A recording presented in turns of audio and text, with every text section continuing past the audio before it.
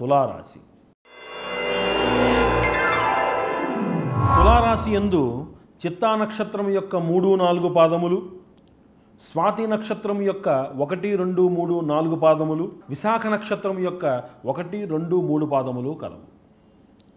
ఈ రాశి వారికి ఆదాయము 8, వ్యయము కూడా 8, రాజపూజ్యము 7, అవమానము 1. సంవత్సర ప్రారంభము ఈ రాశి వారికి కొంత మోస్తరుగా సాగినా గ్రహ సంచారం వీరికి అనుకూలముగా ఉన్నది. కొంత ప్రతికూలత, ఆటంకము ఏర్పడినప్పటికీ వీరికి కార్యసాఫల్యతకు ఎక్కువగా అవకాశాలు కనబడుతున్నాయి. విద్యా, వైద్య, విజ్ఞాన రంగంలో ఉండేటువంటి వ్యక్తులకు చాలా మంచి సమయం. విద్యార్థులకు మేలైన చక్కటి ఆనందం చేకూర్చేటువంటి సమయము, సత్ఫలితాలు పొందేటువంటి సమయము.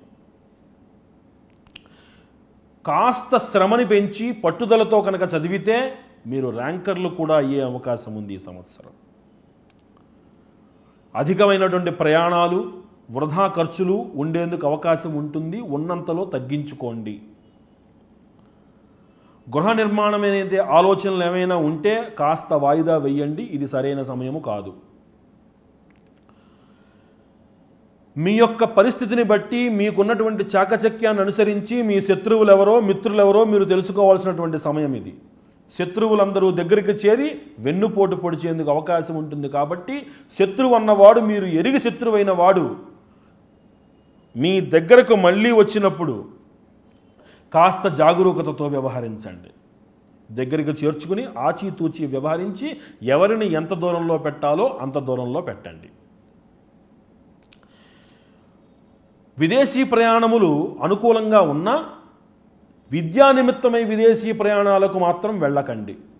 దేశీయంగా మీరు చదివేటువంటి విద్య ఏదైతే ఉందో అమితమైనటువంటి లాభాలను ఆర్జించి పెడుతుంది. మీకు విలువైనటువంటి అధికారం కోసం మీరు చేసే ప్రయత్నాలు సఫలీకృతం అవుతాయి. మీ యొక్క పని కార్యాలయమునందు గుర్తింపబడుతుంది. మీకు కార్యాలయమునందు విశేషమైనటువంటి అధికారములు లభిస్తాయి. ఆర్థిక వికాసము, ఆనంద వికాసము, కుటుంబ వికాసము కలుగుతుంది. ఒక్కొక్కసారి మీ మనస్సు నిస్పృహకు లోనయ్యేందుకు ప్రమాదం ఉన్నది. కాబట్టి మిమ్మల్ని మీరు నియంత్రించుకోవడం చెప్పదగినటువంటి సూచన.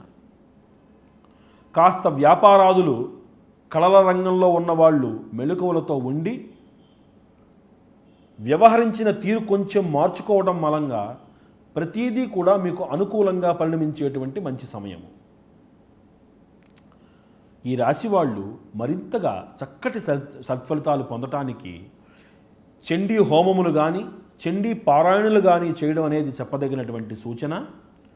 తదుపరి ప్రతి శనివారము నాడు, బుధవారము నాడు విష్ణు సహస్ర పారాయణం వల్ల మానసికంగా నిస్పృహకు లోనయ్యేటువంటి సమయమునందు మిమ్మల్ని మీరు మళ్ళీ శక్తి పుంజుకు నిలబెట్టుకునేందుకు అవకాశము దోహదపడుతుంది.